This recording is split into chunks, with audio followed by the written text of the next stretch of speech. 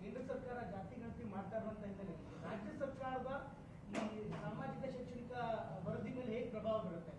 ಅವರು ಮುಂದೆ ಕೇಂದ್ರ ಸರ್ಕಾರದ ಅಂಕಿಅಂಶಗಳನ್ನೇ ಮಾನದಂಡವಾಗಿ ಇಟ್ಕೊಂಡು ಆಗ ಮೀಸಲಾತಿ ಬಗ್ಗೆ ಯೋಚನೆ ಮಾಡಿದ್ರೆ ಅವಾಗ ತಮ್ಮ ಸರ್ಕಾರದ ಅವಧಿಯಲ್ಲಿ ಆಗಿರುವಂತಹ ಈಗ ನೋಡ್ತೀನಿ. ನೋಡಪ್ಪ, ನಾನು ಒಪಿನಿಯನ್ ಕೇಳಿದ್ದೀನಿ, ಕ್ಯಾಬಿನೆಟ್ ಮುಂದೆ ಮಂಡಿಸಿದ್ದೀನಿ ಆ ವರದಿನ. ಅದರ ಮೇಲೆ ಅದಕ್ಕೆಲ್ಲ ಕಾಪೀಸ್ಗಳು ಕೊಟ್ಟಿದ್ದೀವಿ. ನಾವು ವರದಿ ಕಾಪಿಗಳನ್ನೆಲ್ಲ ಕೊಟ್ಟಿದ್ದೀವಿ.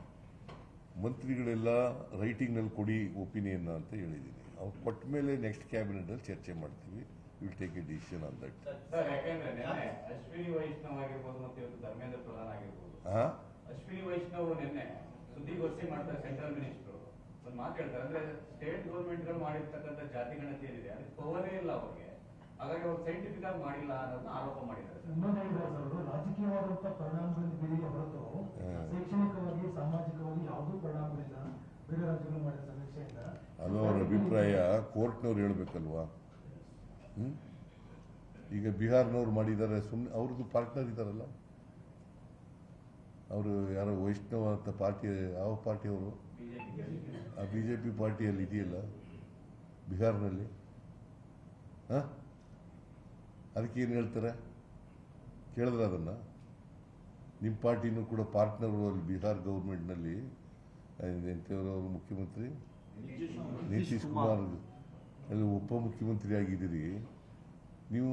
ಅಲ್ಲೇನು ಹೇಳಲೇ ಇಲ್ಲ.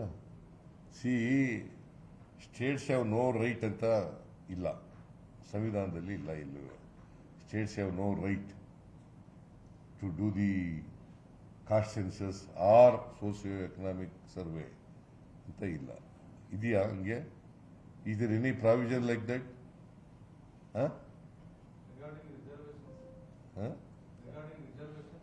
ರಿಗಾರ್ಡಿಂಗ್ ರಿಸರ್ವೇಷನ್ ಅದೇಪ್ಪ ನಾವು ಮಾಡಬೇಕಾದ್ರೆ. ಈಗ ನಾವೇನು ಒತ್ತಾಯ ಮಾಡಿದ್ದೀವಿ, ನಾವು ಇಲ್ಲಿ ರಾಜ್ಯ ಸರ್ಕಾರದಲ್ಲಿ ಸೋಷಿಯೋ ಎಕನಾಮಿಕ್ ಸರ್ವೆ ಮಾಡಿರ್ತಕ್ಕಂಥದ್ದು 51% ರಿಸರ್ವೇಷನ್ ಇದೆ ಒಟ್ಟು ದಲಿತರು ಸೇರಿ. ಅಲ್ಲ, ಜಾಸ್ತಿ ಇದೆ. ಈಗ ನಾವು ದಲಿತರಿಗೆ 24.1% ಮಾಡಿದ್ಮೇಲೆ ಅದನ್ನು ಸೇರಿಸ್ಕೊಂಡ್ಮೇಲೆ ಈಗ ಜಾಸ್ತಿ ಆಗಿದೆ. ಅದು ಜಾಸ್ತಿ ಆಗಿದೆ.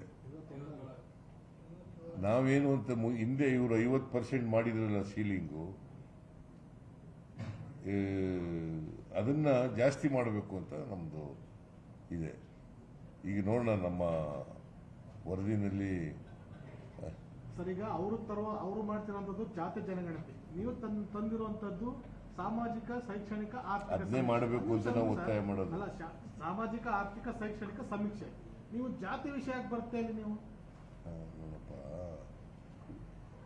ಜಾತಿ ಕನ್ಸಲ್ಟೆಂಟ್ ಆಗಿರೋದು ಜಾತಿ ವಿಷಯನೇ ಹೊರತು ಅವರ ಆರ್ಥಿಕ ಸಾಮಾಜಿಕ ವಿಷಯ ಆಚೆ ಬರ್ತಾನೆ ಇಲ್ಲ. ಬರೀ ಜಾತಿ ವಿಷಯ, ರಿಸರ್ವೇಶನ್ ಎಷ್ಟು ಪರ್ಸೆಂಟ್. ಕಾಸ್ಟ್ ಸೆನ್ಸಸ್ ಅಂದ್ರೆ ಏನು? ಕಾಸ್ಟ್ ಸೆನ್ಸಸ್ ಅಂದ್ರೆ ಏನು? ನೀವು ಕಾಸ್ಟ್ ಸೆನ್ಸಸ್ ಮಾಡಿದ್ದೀರಿ ಸರ್? ಅವ್ರು ಏನ್ ಮಾಡಿದ್ರು? ಅಲ್ಲ, ಅವ್ರು ಮಾಡ್ತಾ ಇದ್ದಾರೆ. ನಾವು ಅದನ್ನೇ ನಾವು socio economic and educational survey. No, ಜಾತಿ ಗಣತಿ ಅಂದ್ರೆ ಸೋಸಿಯೋ ಎಕನಾಮಿಕ್ ಸರ್ವೆ ಪ್ಲಸ್ ಜಾತಿ ಗಣತಿ. ನೀವು ಮಾಡೋದು ಅದೇ ಸರ್, ಜಾತಿ ಗಣತಿ ನೀವು ಮಾಡಿರೋದು. ಹೌದಪ್ಪ, ನಾವು ಮಾಡಿರೋದು ಅದೇನೆ. ಅದನ್ನ ಕೇಂದ್ರದಲ್ಲಿ ಮಾಡಬೇಕು ಅಂತ ಒತ್ತಾಯ ಮಾಡ್ತಾ ಇದ್ದು.